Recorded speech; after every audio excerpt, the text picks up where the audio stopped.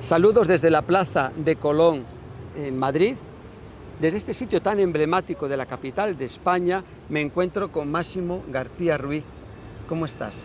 Buenos días, Marcos. Muy bien, encantado de poder estar en este lugar, como tú dices, tan emblemático, tan importante, y precisamente para poder tratar un tema que es de interés.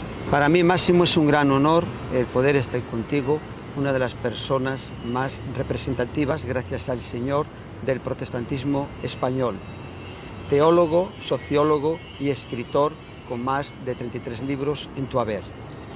He estado leyendo este libro muy entusiasmado y me he quedado, te lo digo, maravillado, porque refleja una historia real contada por ti, que lo has vivido en primera persona, como vamos a ir viendo a lo largo de la entrevista, sobre una etapa también crucial para que hoy podamos disfrutar de la libertad que tenemos con la Ley 7/1980 que se aprobó después, 2 años más tarde, de la Constitución. Con lo que habéis llevado a cabo tú con otros hermanos, que la inmensa mayoría ya están con el Señor, en la lucha por la libertad religiosa en España, como tenemos en este libro sobre el que voy a hacerte la entrevista, Un largo camino. Libertad religiosa en España. Sí. Un largo camino, sí. Si yo, en primer lugar, Marcos, quiero darte las gracias porque has puesto tu mirada y tu interés en este tema, que efectivamente fue relatado hace ya bastantes años, si la memoria no me falla, en el 2006, de acontecimientos producidos durante un largo periodo en el que se hizo un tránsito importante hacia lo que en aquella época del inicio, es decir, en la década de los 50, era algo totalmente insólito, como era aspirar en España a tener libertad religiosa. Para mí este libro es una obra preciosa, necesaria para la identidad del pueblo protestante y evangélico de España. En la página 36, en el epígrafe, ahí comentas que desde 1478 hasta 1978, que es cuando se aprueba la Constitución que tenemos, apenas 15 años de libertad religiosa. Entonces, lo que os tocó vivir a ti con otros hermanos, tiempos muy duros y difíciles por la intolerancia religiosa, por todo lo que se vivía en esa época, después de acabar la guerra civil. Este libro surge en el año, se fue escrito en el año 2006, precisamente al cumplirse los 50 años de la creación de la Comisión de Defensa Evangélica, una institución un organismo más que una institución, que tuvo una relevancia muy importante en el tránsito que fue desde la dictadura hasta la libertad religiosa. A través de ella, la Comisión de Defensa, una entidad que no estaba reconocida en ningún registro oficial, sino que surgió como una necesidad entre los evangélicos, a través de ella, se fue gestionando, se fue promoviendo, se fue impulsando lo que terminaría siendo, gracias a Dios, con el paso del tiempo, una situación legal de libertad religiosa. Pero para llegar a ese punto hay que hacer un largo recorrido anterior, que comienza precisamente a raíz del inicio de la época de la dictadura, después de la guerra civil, en la que la situación de los evangélicos en España era tremendamente difícil de sobrellevar, donde había muchas dificultades para convivir, para poder disfrutar de los mínimos derechos humanos, y que dio origen precisamente a raíz de esa situación a que un grupo de hermanos pusiera en marcha la Comisión de Defensa Evangélica para luchar en favor de esas libertades. ¿Que lo formaban? La Comisión de Defensa Evangélica surge de una manera no programada. Los impulsores propiamente de esta entidad fueron el obispo Santos Molina de la Iglesia Reformada Episcopal y el pastor bautista Juan Luis Rodrigo.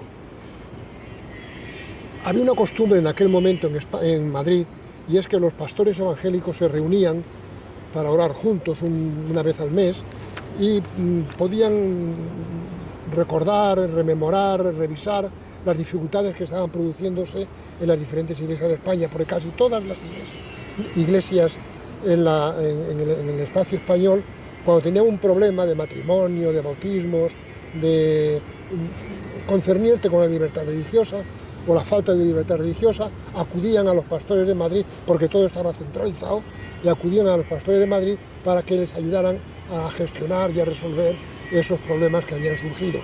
Entonces, Juan Luis Rodrigo, el pastor bautista, y Santos Molina, el obispo de la Iglesia Reformada Episcopal, eran los que de alguna manera sufrían más intensamente esta demanda y esta necesidad que les ocupaba muchísimo tiempo.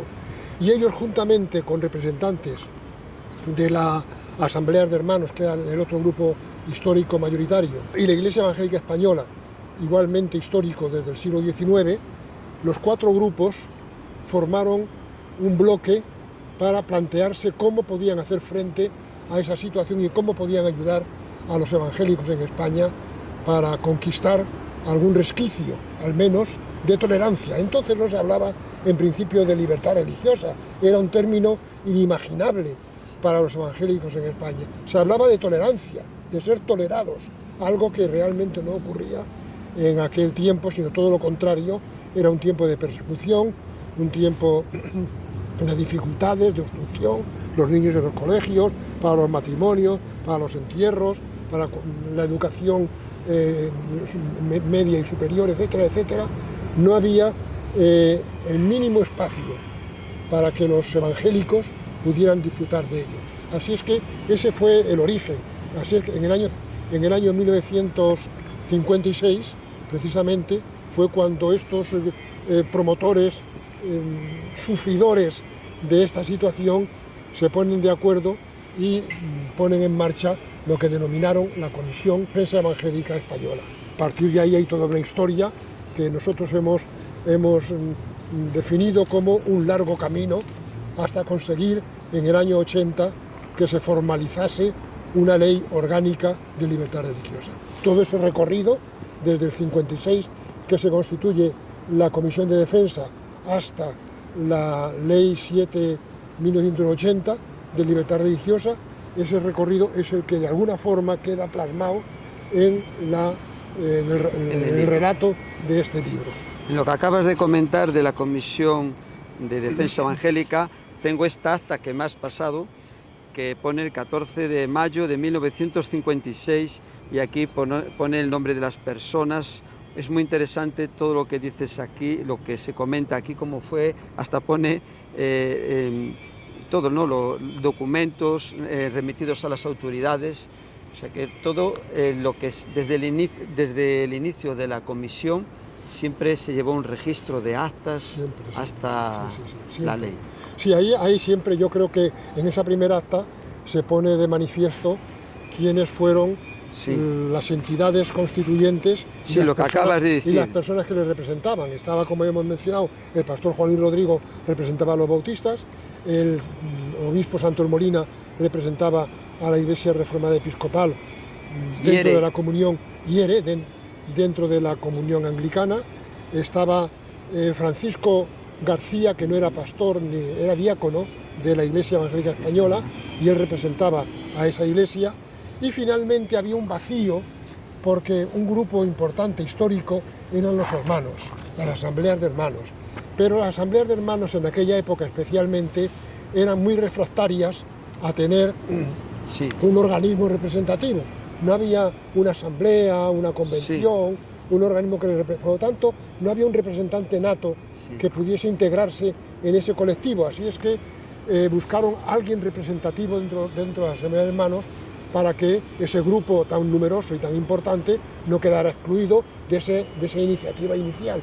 Así es que se pensó en el director gerente de la Sociedad Bíblica, que era José Flores. José Flores era un hombre muy relevante en aquella época, no solamente como director de la Sociedad Bíblica, sino también él era miembro de la Alianza Evangélica Española, y en fin, pertenecía a organismos internacionales, etcétera, etcétera, y era miembro de las asambleas de hermanos. Por lo tanto, él, no en calidad de representante de la Alianza o de otro organismo, sino como representante de las asambleas de hermanos, aunque no había una formalidad en esa representación por la peculiaridad de las asambleas de hermanos, él fue uno de los 4 integrantes de esa incipiente Comisión de Defensa Evangélica de la que estamos ahora hablando y que da comienzo, como ya hemos dicho, en el año 1956, precisamente para hacer frente a todas las dificultades que se están padeciendo en España en contra, no ya de la libertad religiosa, repito, sino al menos de una tolerancia para poder vivir el día a día. Llama la atención en la portada del libro que aparece el prólogo Juan Luis Rodrigo Marín. Sí, uno de los 4 representantes precisamente de esta entidad, de los 4, y además promotor inicial de la misma, fue el pastor Juan Luis Rodrigo, que representaba uno de los grupos mayoritarios, como eran los bautistas en España. En la UEB. En la UEB como representante. Entonces no había otro grupo bautista, nada más que la UEB, y en aquella época, un año después, se constituiría la FIEIDE, que integra otro grupo de bautistas, pero todavía no estaba en marcha ese grupo bautista, ¿no? Con el que tuviste una estrecha relación a raíz de tu conversión en enero de 1955. Con 16 años te convertiste al Señor. Efectivamente. El pastor Juan Luis Rodrigo Marín tuvo un gran protagonismo en todo este proceso y también en mi vida, porque fue el pastor de la iglesia donde yo me incorporé en esa fecha. Sí. Él fue nombrado secretario precisamente de la Comisión de Defensa Evangélica en su inicio, y yo en aquella época estaba vinculado a él especialmente, aparte de la iglesia, porque trabajaba con él como secretario y le acompañé y participé en todo el proceso de constitución, de desarrollo, de normativas, de visitas, de encuentros, de gestiones, etcétera, que tuvieron que ver con la puesta en marcha de la Comisión de Defensa. Eras muy joven, Máximo. Yo era muy joven, sí. Por eso eres escritor y actor principal, sí. Porque con esa juventud con la que conociste al Señor, fue en un momento decisivo donde se empezaba a poner en marcha, un año después, ¿no? No fue inmediatamente, porque realmente los inicios de la comisión, que se formaliza en el 56, en el año 1956, pues digamos sería un poquito después, ¿no? Yo tampoco tenía ninguna representación especial, solamente era el ayudante, el que compartía gestiones y trabajos con el pastor Rodrigo, que era realmente uno de los elementos importantes en este proceso inicial, ¿no? Yo ahí te veo como cuando leemos el libro y vamos leyendo y vamos descubriendo todo lo que nos relatas por las personas que conocemos tu trayectoria. Como he dicho antes, una de las personas más representativas del protestantismo, por todo lo que has llevado a cabo con los libros y enseñando en la UEB como durante 40 años, y como aquí vemos en la portada, contraportada, por mencionar alguna cosa, que dice que licenciado en Teología por la Universidad Bíblica Latinoamericana de Costa Rica, licenciado en Sociología por la Universidad Pontificia de Salamanca y doctor en Teología por la misma Universidad Pontificia de Salamanca. Es fundador en 1985, profesor y director del Instituto Superior de Estudios Teológicos de España. O sea que es una carrera muy fundamentada, con preparación y con muchos reconocimientos y titulación que te llevan a la hora de escribir este libro. Ya es una cierta madurez en tu vida, con un reposo de los acontecimientos que ya han pasado, que lo puedas hacer con tranquilidad y profundidad. Bueno, la vida te da una serie de posibilidades o te coloca en determinados lugares donde tú más o menos te comportas de una u otra forma en función de ciertas motivaciones que puedas tener en ese momento, ¿no? El libro este precisamente responde a eso que estás mencionando, del reposo de algo que ha ocurrido ya hace años, ¿no? Es decir, cuando yo escribo este libro en el año 2006, estamos viviendo ya en otro tiempo diferente. Es una época de libertades, es una época de oportunidades para las iglesias evangélicas, es una época en la que se han superado muchas de las dificultades que allí hemos ido encontrando. En definitiva, el libro está escrito ya en una época en la que los acontecimientos han quedado ya en la historia y ahora hay que reflexionar sobre esos acontecimientos desde otra perspectiva distinta, y una perspectiva de libertad que, vuelvo a repetir una y mil veces, no era previsible. La pregunta quizá que necesitamos responder es ¿por qué se escribe este libro?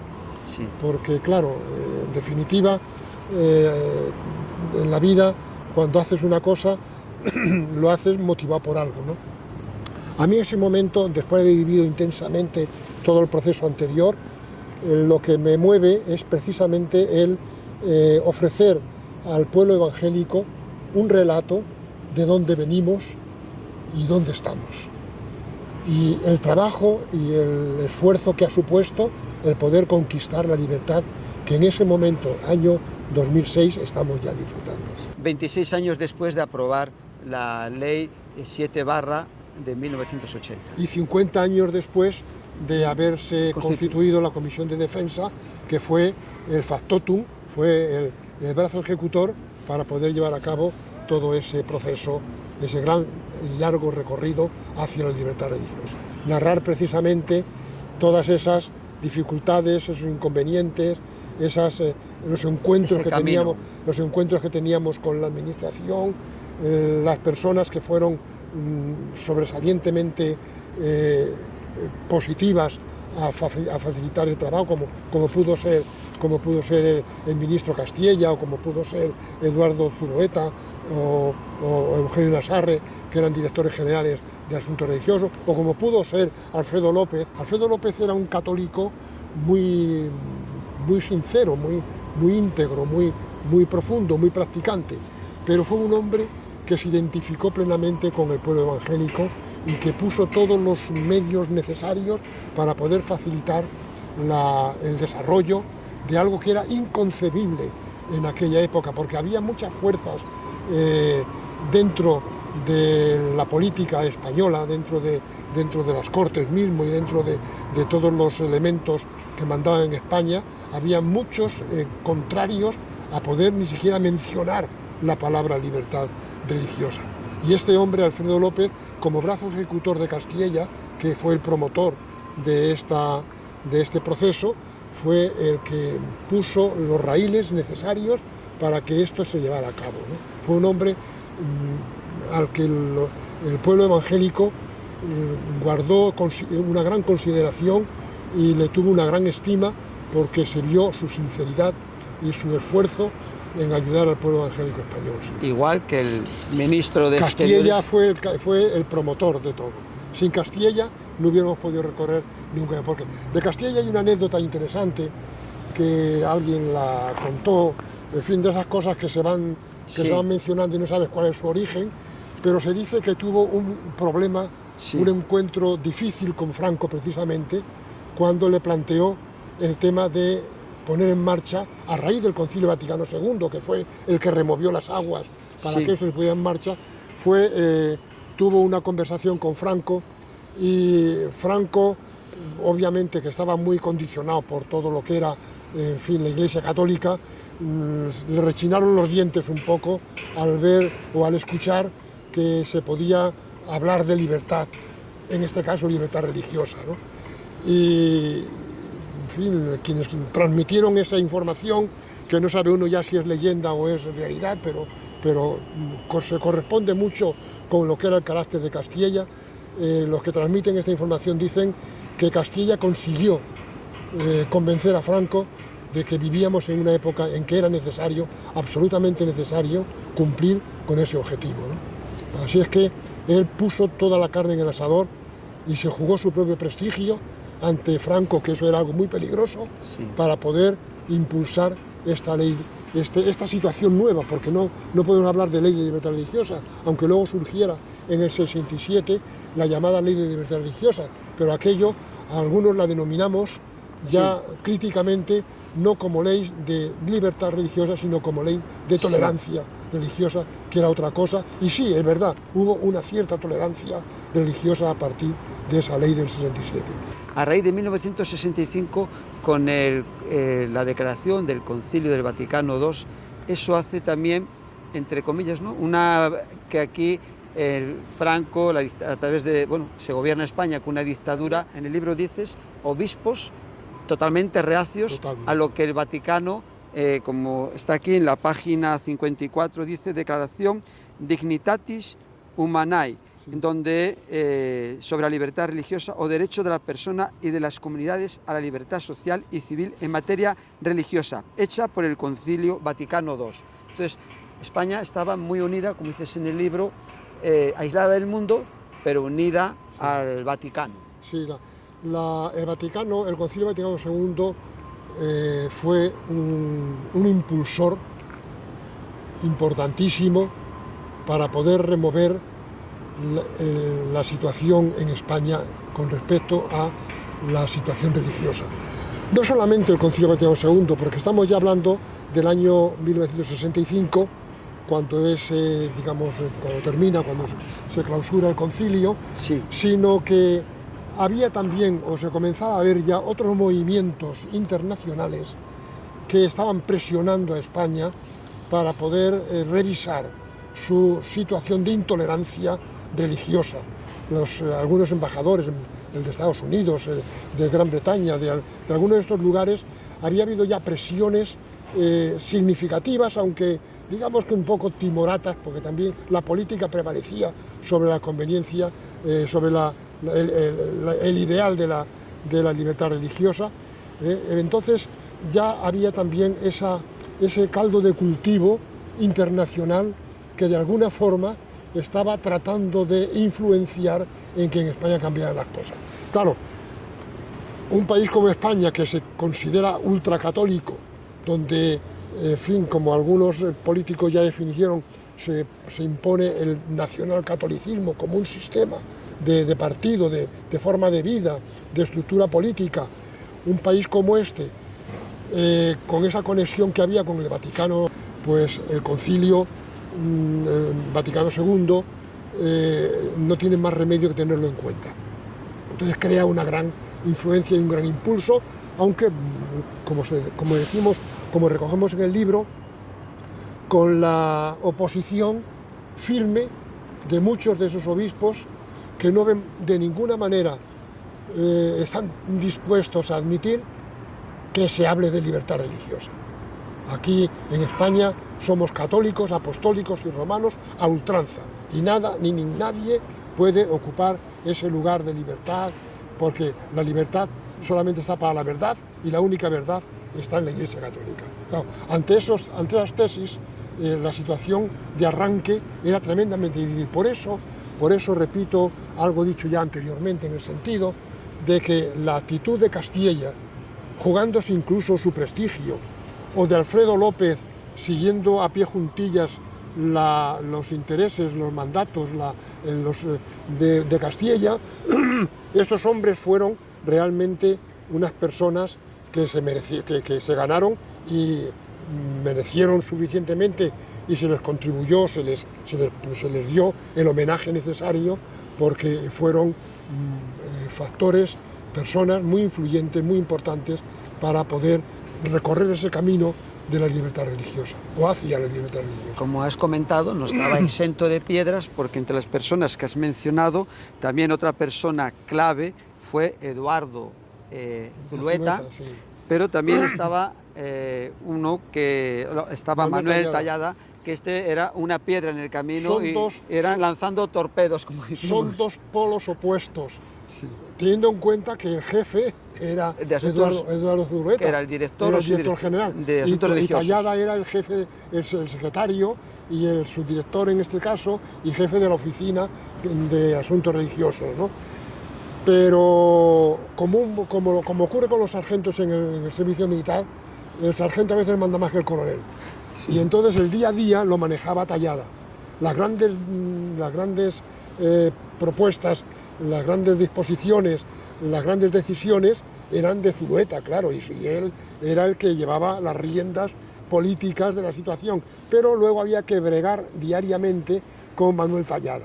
Y Manuel Tallada, donde podía encontrar una piedrecita, pues ponía un gran muro de contención y dificultad.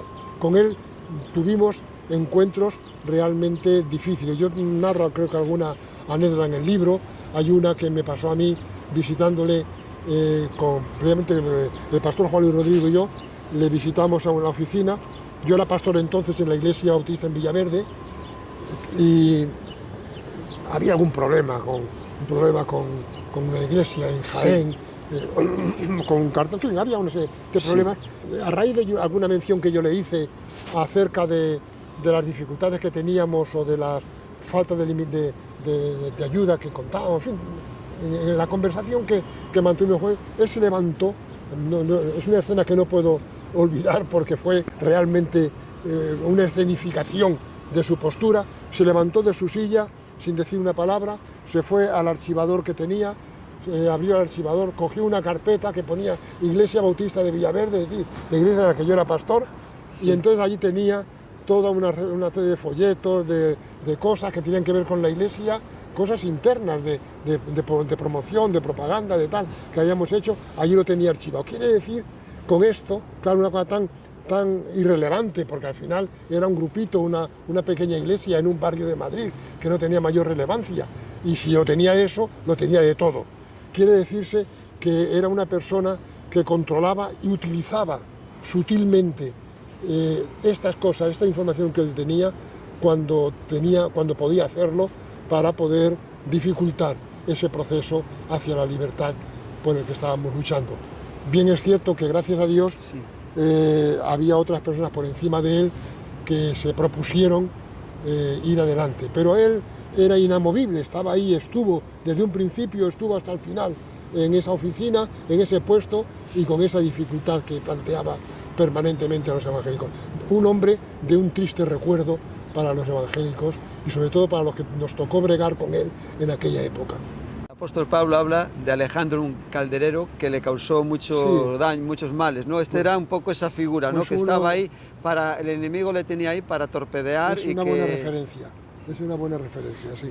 Aquí en el preámbulo dices, porque nos has comentado lo que te motivó para escribir el libro, y aquí dices, el libro, en la página 43, el libro que el lector tiene en sus manos es, en buena medida, un libro de memorias. Lo es en cuanto que en él se reflejan una serie de acontecimientos históricos que el propio autor ha vivido en primera persona. Pero no es un libro de memorias al uso, ya que en su confección se ha seguido un método de investigación riguroso a partir de documentos primarios, memorandos, cartas, actas, manifiestos, comunicados, acuerdos, discursos, correspondencia, reseñas. Entonces, este libro, si no es un libro de memorias, que es un libro más bien que refleja una historia en un periodo determinado de la lucha de protestantes y evangélicos por la libertad religiosa. Sí, yo creo que es un documento que era necesario dejar por escrito una referencia, un relato, para que no lo hicieran otros, un relato por parte nuestro, de aquellos que estuvimos dentro de la propia historia que se está formando, que se está labrando en ese tiempo, que recoge precisamente un proceso posiblemente irrepetible en la historia, pero sobre todo con una intención que no sé si se ha cubierto o no. Yo tengo la sospecha de que no del todo o no suficientemente, con el propósito de que sirviese de manual de referencia a las nuevas generaciones de evangélicos. Yo creo que, desgraciadamente, muchas de las generaciones, en fin, la generación actual que vive en el mundo evangélico, ni tiene idea de lo que ocurrió en esos años, ni da la impresión de que tenga mucho interés en conocerlo.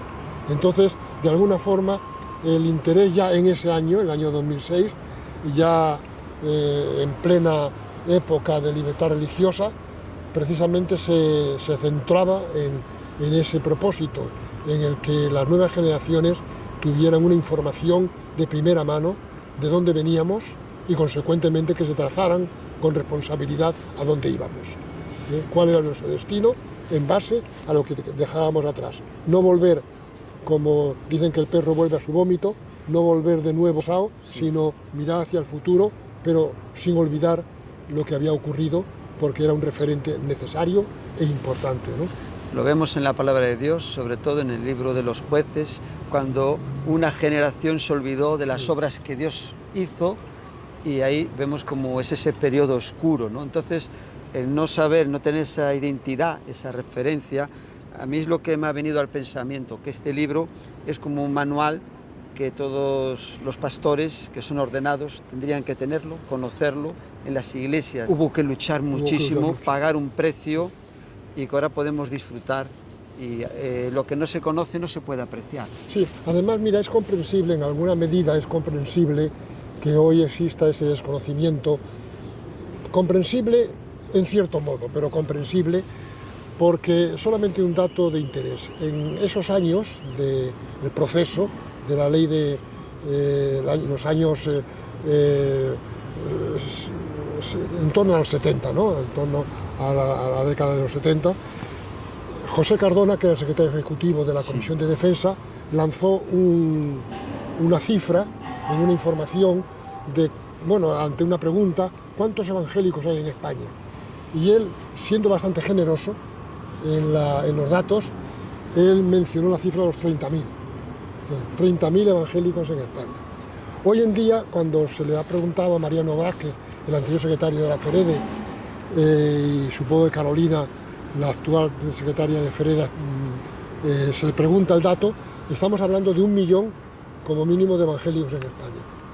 De iglesias que tienen 1.000 miembros, cuando sí. Entonces las iglesias, algunas, las que más tenían, pues a lo mejor 80 o 100 miembros y ya está, ¿no? Entonces ha cambiado totalmente el panorama. Muchísimos de los miembros de nuestras iglesias actuales, un porcentaje muy importante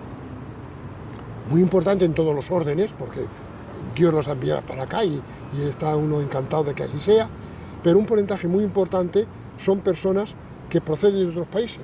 Latinoamérica o sí, con lo cual no tienen una referencia histórica, pero incluso los que han nacido aquí y han vivido aquí todo el tiempo tampoco tienen esta referencia histórica. Por lo tanto, creo que sigue siendo válido el propósito que nos propusimos en aquel momento de que fuese un documento informativo de dónde venimos para saber quiénes somos.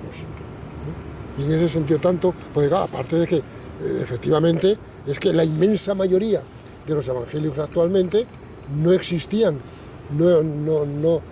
son totalmente nuevos en nuestro mundo evangélico, ¿no? A mí me ha pasado, Máximo, de estar hablando con pastores que están en alguna institución evangélica y no saber nada de esto, de las personas que habéis estado ahí.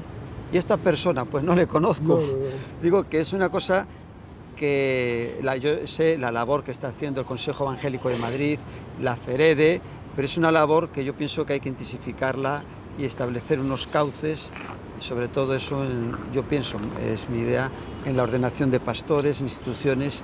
Jorge, que es el que está en representación institucional de la FEREDE, que él en las reuniones que tienen con autoridades del gobierno de la Comunidad de Madrid, siempre llevan un libro de esto para regalarlo. Este libro yo lo escribí cuando era presidente del Consejo Evangélico de Madrid y bueno, influyó la experiencia que de nuevo estaba renovando con las gestiones que teníamos que hacer con la administración, en este caso, no tanto para gestionar la libertad, sino para administrar la libertad con los representantes de la Comunidad de Madrid. Pues claro, me daba cuenta de que con todas las personas que hablábamos no tenían ni idea. Y yo pensaba, alguna vez a mí me han preguntado en alguna de esas entrevistas con las autoridades: oye, ¿usted es español? Porque claro, no se concebía que uno pudiera ser protestante y además fuera español. Pues sí, yo soy español, mire. Entonces, claro, aquello también fue otro impulso importante para poder poner por escrito esta historia, que luego comenzamos a hacer lo que hoy continúan haciendo todavía, y es decir, cuando íbamos a ver a cualquier autoridad de la comunidad en las relaciones que manteníamos permanentemente, siempre le llevábamos de regalo un ejemplar de este libro, ¿no? Entonces ha tenido, yo creo que, mayor difusión entre los miembros de la administración que entre los pastores evangélicos. Sí. Aquí aparece un nombre de una persona. Antes te he comentado que en la portada aparece el prólogo de Juan Luis Rodrigo Marín, que ahora, justo en este año que estamos, él tendría 100 años, murió en el 2008, en septiembre. Y aparece también después en la página, aquí, en la página 35, 1985, Manuel López Rodríguez, que antes me comentaste que era un periodista laico que estaba miembro de la Iglesia de General Lacy. Sí, Manuel López ha sido una persona muy entrañable. Para mí hemos sido muy amigos, en mucho tiempo hemos trabajado juntos en el desarrollo de una revista evangélica que durante un tiempo, en fin, hemos tenido bastante contacto. Él conoció el Evangelio en Alemania, era inmigrante en Alemania y se hizo periodista gráfico. Él ha trabajado en varias revistas importantes aquí en España, después vino a España y ha estado aquí trabajando como periodista gráfico en varios medios, ¿no? Y bueno, pues él también escribió un libro de relatos periodísticos en la época, la España evangélica, creo que era el título que tenía, la España evangélica. Y entonces él, bueno, pues escribió no el prólogo, sino una presentación sobre este libro, ¿no? Y era una persona muy conocedora de los temas políticos, o sea, de la conexión entre libertad religiosa y política, porque vivía, en fin, era un militante también de un partido político. Su oficio de periodista, pues... de periodista, en fin, vivía ese mundo, entonces tenía una visión muy certera, muy adecuada de lo que era esa conexión entre la política y el ejercicio de la libertad religiosa, ¿no? Él aquí dice, comienza aquí como poniendo un título: a fin un autor desvela la intrahistoria, como un anhelo, ¿no?, que faltaba algo, y sigue aquí diciendo y hablando. Él habla de tu libro del eslabón perdido, ¿no? Te menciona aquí en la página 38, dice: dije que daban y dije bien porque de repente, y aunque él no lo diga, haciendo referencia a tu persona, pero a modo de homenaje a los 50 años de la creación de la Comisión Defensa Evangélica, Máximo García Ruiz va y se pone a escribir nada menos que el eslabón perdido de desvelar la crispada pedagógica intrahistoria de la libertad religiosa en la España contemporánea, protagonizada de primera línea a pesar de sus esfuerzos hasta ahora por disimularlo, situándose siempre a la sombra de José Cardona y Juan Luis Rodrigo. Máximo García ha emprendido con este trabajo un proyecto de tesis no de menor calado que el que le valió el doctorado en la Universidad Pontificia de Salamanca sobre los bautistas españoles, que, como comenté antes, es otra gran obra, pero él aquí te saca a la luz, te pone en relieve, y entre dos grandes hombres de Dios también que tienen un papel importantísimo en la lucha de la libertad religiosa, que es el pastor de General Lacy, que hemos mencionado, y José Cardona, que una vez, cuando comenzó la comisión, estaba así, como de una manera informal, hasta que él ya vino como secretario. Cuando la Comisión de Defensa comenzó a desbordarse, los problemas que venían de toda España desbordaron la gestión de unos pastores que estaban aquí en Madrid, pues estaban haciendo su función pastoral, pero nada más, y tenían a la vez que combinarlo con gestionar los problemas o tratar de resolver los problemas de los que estaban fuera, pues ellos gestaron, vieron la necesidad de esta comisión, y entonces se contrató ya profesionalmente a José Cardona, porque entonces no había licenciados en nuestras iglesias, ni había, en fin, éramos un pueblo muy humilde. Y él era oficial de un juzgado en Denia. A raíz de aquello, era también pastor en la iglesia de Denia, entonces pidió la excedencia o se fue, en fin, fue como oficial del juzgado y estuvo pues dedicado ya a pleno tiempo como profesional ya dentro de la Comisión de Defensa. No era abogado, pero era lo más formado que teníamos para poder desarrollar esta tarea, ¿no? Entonces no siempre fue exento de problemas, pero él ejerció una tarea muy relevante que, bueno, la verdad es que el pueblo evangélico se lo agradeció, y se le hicieron varios homenajes antes de toda en vida, porque se lo merecía. Hizo una tarea importantísima en esta conducción del pueblo evangélico hacia cotas más dignas y más de mayor libertad, ¿no? Por ejemplo, con la ley de libertad religiosa, llamada de libertad religiosa, Yo la he denominado en el libro, creo que ley de intolerancia religiosa. La de 1967. La del 77, pues con ocasión de esa ley que estuvo a punto de dividir a los evangélicos en dos bloques totalmente irreconciliables, él mostró mayor simpatía o mayor inclinación hacia la idea de la inscripción en el Ministerio de Justicia, en contra de lo que opinábamos algunas otras denominaciones, ¿no? Entonces, en ese momento, pues tuvo conflictos difíciles de sobrellevar, pero él tuvo la habilidad suficiente para poder mantenerse a flote en medio de esa situación conflictiva, ¿no? Entonces, tenía mano izquierda para poder moverse en medio de dificultades, y fue un hombre eficaz porque no teníamos, o sea, si él representa la época en la que los evangélicos encontramos vías de comunicación que anteriormente no teníamos, ¿no? Y él va abriendo espacios y caminos. Entonces fue muy justificado su nombramiento al frente de la Comisión de Defensa. Sí. Has comentado de que a raíz de la ley de 1967 se abre como un cisma. Aquí en el libro mencionas que no deja a nadie indiferente entre los que estaban de acuerdo a inscribirse en el registro con esa nueva ley. Tenía que estar en un registro que en ese tiempo, si nos ponemos en la época, el control estaba con la dictadura de Franco, eran los que controlaban los registros de las personas creyentes. Y después estabas otras iglesias que no quieres figurar en ningún registro para que no hubiera un control sobre lo que podría haber represalias, ¿no? Dedicas muchas páginas a esto. Es que no deberíamos... Eso, de ahí la importancia, no tanto ahora de narrarlo en unas palabras, sino de que las personas que realmente estén interesadas por conocer nuestra trayectoria lean el libro, ¿no? No podemos olvidar ni descuidar una realidad importantísima, y es que la guerra civil estaba muy próxima. En el año 67 estaba toda una posguerra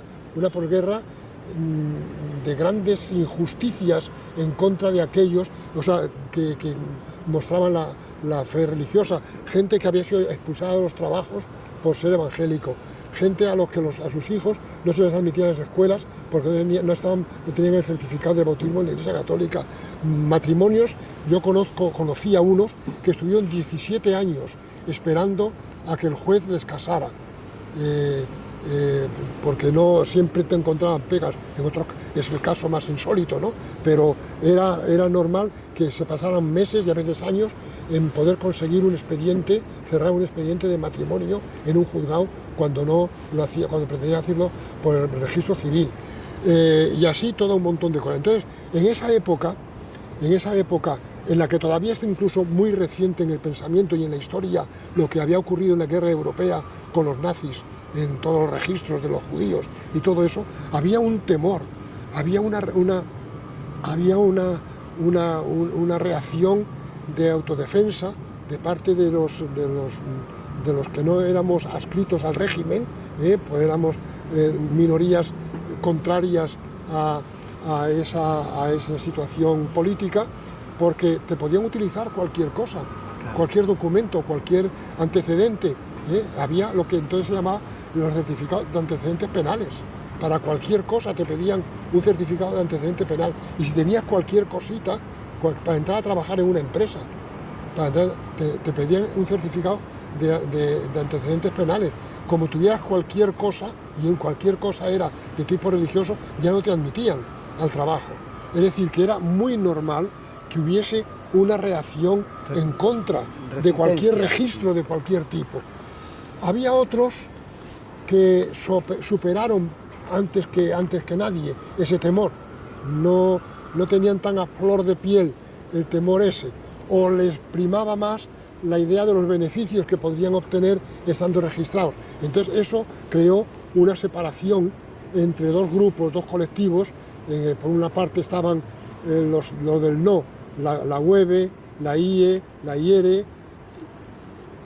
y algunos hermanos, algunas asambleas hermanas, pero el resto de evangélicos normalmente estaban por el sí. Ahí estaban los grupos incipientes entonces de pentecostales, muchos de los hermanos de la Iglesia de Cristo de Monroy. Cardona mismo, que estaba muy cerca de todo ese proceso, él era partidario de la inscripción porque veía que había, se podían recibir algunos beneficios importantes estando inscritos, ¿no? Todo aquello creó un desbarajuste tremendo, una oposición. Algunos de estas denominaciones se dieron de baja en la Comisión de Defensa. Sí. Es decir, hubo una época, una crisis muy gorda que finalmente, gracias a Dios, se superó y se resolvió. Y bueno, pues hoy en día, luego ya, al finalizar ese proceso, se creó la comisión, la FEREDE, que aglutinó, se buscó una fórmula para aglutinar a todos, y a través de la FEREDE volvió otra vez a recomponerse la unidad de los evangélicos. Sí, que fue creada en 1986. Sí. Sí, pero 6 años después de la ley. Fue la transformación de la Comisión de Defensa en FEREDE. La propia administración y todo eso consideró que el nombre, que meditásemos sobre el nombre, porque ya en una situación de libertad religiosa, hablar de Comisión de Defensa no parecía apropiado. Y efectivamente nos pareció en aquel momento que era razonable lo que la administración decía, y entonces se pensó en un nombre, se pensó en algo que pudiera aglutinar a unos y a otros, entonces no tanto en una unión, sino en una federación. Y por eso es lo de FEREDE. O sea, detrás de todo eso hay también una historia. Que la cuentas aquí. Entonces, por eso insisto en la conveniencia de que sobre todo los pastores, no debería haber un solo pastor que no leyera el libro. Este libro fue editado, como creo que ya habré dicho, fue editado por el Consejo Evangélico de Madrid. Sí, aquí patrocina a la Comunidad de Madrid. Sí, pero esto fue editado por el Consejo Evangélico de Madrid y supongo que todavía quedarán en ejemplares. Sí. Y si no, sería conveniente, sería bueno hacer otra edición, ¿no? Pero yo recomendaría que todos los pastores, al menos, todos los miembros de Iglesia interesados en conocer nuestra historia, que tuviesen la curiosidad de leer el libro, sí. Es que yo creo que eso nos da identidad. Sí, venimos de aquí, estamos aquí, ahora mismo estamos viviendo y estamos disfrutando de cosas, claro. Pero lo que tenemos, ¿de dónde viene? No sabes de dónde viene y de dónde vas. Está. Entonces eso nos hace, ¿no?, que podamos tener una perspectiva diferente a lo mejor a la que hay y que pongamos en valor muchas cosas que a lo mejor ahora no se le está dando. Exactamente. Pero también después aquí dedicas también muchas páginas a raíz de la muerte de Franco. Aquí comenta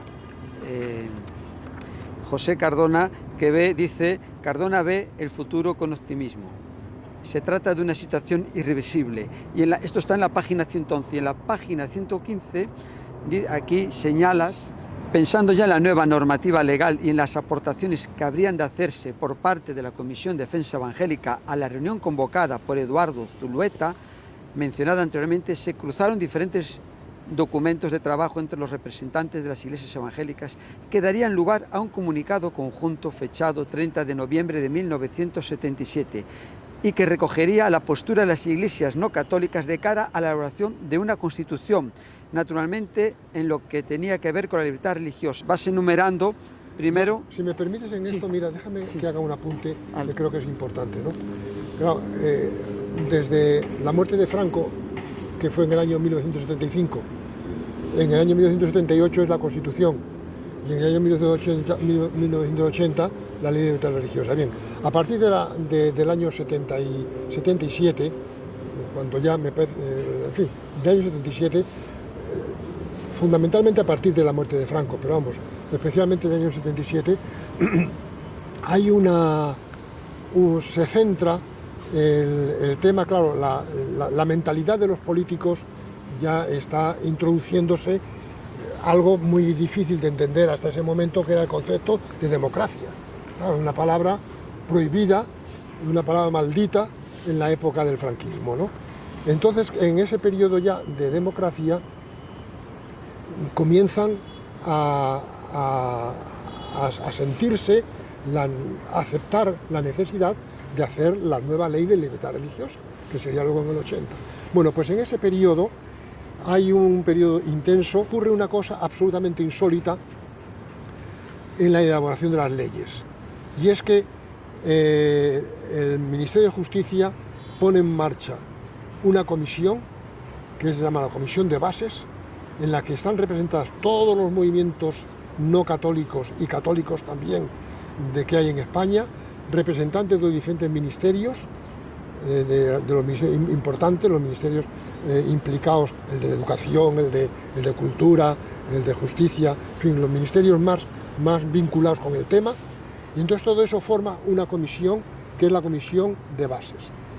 Y esta comisión, de la que yo tuve el honor de pertenecer, está nombrada con el propósito de elaborar las bases sobre las que elaborar posteriormente la Ley de Libertad Religiosa.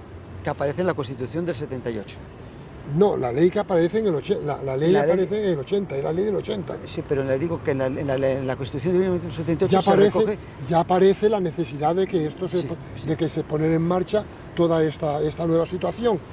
Entonces, es insólito el hecho de que se haga una ley pidiendo a los participantes, a los interesados directamente y a los implicados directamente en esa ley, en lo que va a ser esa ley, salga una ley que los propios actores sean los promotores de las bases, los promotores de las ideas, de las condiciones de la ley, sean los propios actores que van a ser luego los receptores de las consecuencias de esa ley.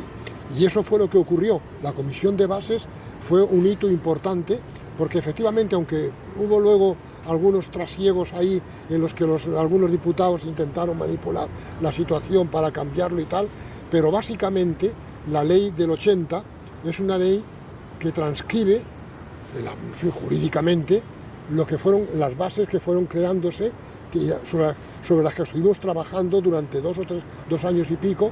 Estuvimos trabajando en la Comisión de Defensa todavía, porque todavía no estaba la FEREDE, en lo que era la Comisión de Defensa. Estuvimos trabajando, elaborando esas bases, los principios, los requerimientos, los problemas y las situaciones que podían producirse, y también se les dio esa misma opción a los católicos. Los católicos tenían todo, pero bueno, también se les dio opción, y también a todos los demás grupos, como los musulmanes, grupos Zen, los budistas, etcétera, todos los grupos, los testigos de Jehová, todos esos grupos minoritarios tuvieron también la opción de aportar, de hacer sus aportes, que la comisión ya de las Cortes, la comisión jurídica encargada de la elaboración de la ley, tomó en consideración y introdujo o consideró, o fue el fundamento básico de esa ley de libertad religiosa. Es una cosa realmente importante de conocer, ¿no? Es que a mí, ya digo, poderosamente me llama la atención cuando vas leyendo el libro, que vosotros, después de los católicos, erais erais la minoría, pero la minoría mayoritaria. Sí. Como yo aquí lo que capto y lo que veo por las reuniones que teníais en los despachos de los que estaban, pues como se dice, preparando todo esto, en las que asistíais, y alguna en el Colegio El Porvenir, vosotros teníais un recorrido desde 1956, cuando se pone en marcha la Comisión de Defensa Evangélica, teníais muy claro la libertad que queríais tener, que hoy estamos disfrutando. Entonces aquí, cuando vosotros hacéis vuestra aportación, es como que estáis ahí, como que os tienen como una referencia principal. Están los demás, pero que vosotros de ya estar trabajando con los ministros, con antes Castilla, al estar ya ahí en la administración desde décadas metidos, Íñigo Cabero, ya había otros ministros en ese momento. Pero tenéis lo que es, ¿no?, como una preferencia, se ve aquí. No, pero ahí es vital vuestra aportación. Ahí el Ministerio de Justicia, ahí ya estaba, ahí había entrado Nassarre, como director general de asuntos religiosos, y estaba como ministro Íñigo Cabero. Ministro de Justicia me refiero, ¿no? Y entonces ellos tuvieron yo diría que el acierto, no solamente de tomar en consideración a la Comisión de Defensa, que era realmente el grupo minoritario más importante y más sobresaliente, el que había estado luchando y trabajando en todo ese tiempo, no solamente a la Comisión de Defensa, sino a los demás otros grupos mucho más minoritarios, como eran, y además en cierto modo marginales, como eran los mormones, como eran los testigos de Jehová, como eran los budistas, como eran los musulmanes, que entonces... Adventistas también. Adventistas tampoco. Los adventistas luego al final estaban a mitad de camino entre la Comisión de Defensa y no, finalmente entraron en el colectivo de la Comisión de Defensa, ¿no? Y bueno, todo eso, pues nos reuníamos, había una gran sala y todas esas reuniones las teníamos periódicamente en el Ministerio de Justicia, en San Bernardo, en la calle San Bernardo, ahí en la dependencia del Ministerio de Justicia, nos reuníamos, esa comisión de bases, para poder elaborar, y cada grupo denominacional, cada grupo religioso, cada confesión religiosa, entre otros la Comisión de Defensa, entre medias la Comisión de Defensa, nos reuníamos, nombrábamos comités, elaborábamos bases, en fin, era un trabajo intensísimo, fue un tiempo de una dedicación voluntaria, porque no... Y agotadora, ninguno, ¿no? No, pero que ninguno nos dedicábamos profesionalmente a eso, o sea que cada uno teníamos nuestra vida orientada en otro terreno, o sea que eso lo hacíamos voluntariamente, no teníamos ningún salario para hacer todo eso, ¿no? En tu trabajo en Iberia estabas de jefe de personal, tenías de ¿cuántas personas? Sí, yo ahí estuve, yo tenía Iberia estaba dividida en áreas, yo tenía bajo mi responsabilidad en el sentido de relaciones laborales el área de informática y de comunicaciones, y había unas 2000 personas. O sea que tenías una gran responsabilidad y después tenías que atender esto, o sea que eran unos tiempos agotadores, bueno, ¿no? De estar ahí trabajando. No, y luego la web, sí, bueno, fue una época que no se podría repetir otra vez, ¿no? Sí. Aquí es comentarte que me... No se lo recuerdes a mi mujer eso, ¿eh? No se lo recuerdes eso. Sí, porque claro, en este libro pasa como vemos en la Biblia, que sois todos hombres, que figura la mayoría, pero por el tiempo de la dictadura, que la mujer estaba ahí arrinconada, las labores de la casa, era normal, y fuera de ahí estaba mal visto, pero ellas estaban ahí orando y batallando con los hijos, y también tienen un papel muy importante, que un día pues también se podría conocer. Allí no había cota femenina, no había cota de igualdad, era otro mundo. Pero era otro mundo distinto, ¿no? Aquí en el documento que presentáis, en la página 116, hemos dicho el derecho de conservar y de cambiar de religión, el derecho a la práctica de culto privado y público, sigo en el 5, el derecho a la enseñanza e instrucción religiosa, el derecho de los grupos religiosos a organizarse ante el Estado y la sociedad civil. Claro que detrás de este documento hay muchas horas de trabajo. Sí. Hay comisiones de trabajo. Se presenta el documento sobre que después vais a trabajar. El documento se presenta, pero una vez antes del documento hay muchas horas de trabajo. Y después. Y después también. Aquí, sí, aquí mencionas reuniones que tenéis. Y también se van viendo, aquí hablas en la página 117, 4 fueron en ese periodo los conceptos básicos de trabajo por la Comisión de Defensa Evangélica, los vas enumerando, ¿no? El primero, concepto jurídico, contenido de la libertad religiosa, limitaciones admisibles al derecho a la libertad religiosa y condición jurídica de los ministros de culto, pero que todo esto después, estamos hablando del año 1977, que vuestra aportación está en la Constitución del 78. Ahí todo está orientado, ahí ya todo pero que se recoge en la Constitución de 1978 para después desarrollar 2 años más tarde la ley de 1980 y también llegar a los acuerdos de 1992. La Constitución metió un gol a todos los españoles en contra de lo que era el espíritu ya de libertad que estaba habiendo ya en ese sentido, que demostraba el poder tremendo que tenía y todavía hoy sigue teniendo la Iglesia Católica, pero que sobre todo en ese momento lo tenía, y es que consigue meter en contra de muchos de los diputados, consigue meter el artículo 16 de la Constitución, en el que se menciona, en una Constitución que se supone que es laica ya, que hay separación de Iglesia y Estado, se menciona la Iglesia Católica, ahí en el artículo 16 de la Constitución. Ese fue se menciona como... La existencia, sí, que habrá una relación de tal con la Asamblea, especialmente la Iglesia Católica. Hubo diputados que se opusieron totalmente a eso, en contra de eso, pero otros lo impusieron como una condición sine qua non y ganaron el introducir esa misma política. Quisieron introducirla en la ley de libertad religiosa, meter algo específico a favor de la Iglesia Católica, pero ahí no lo consiguieron.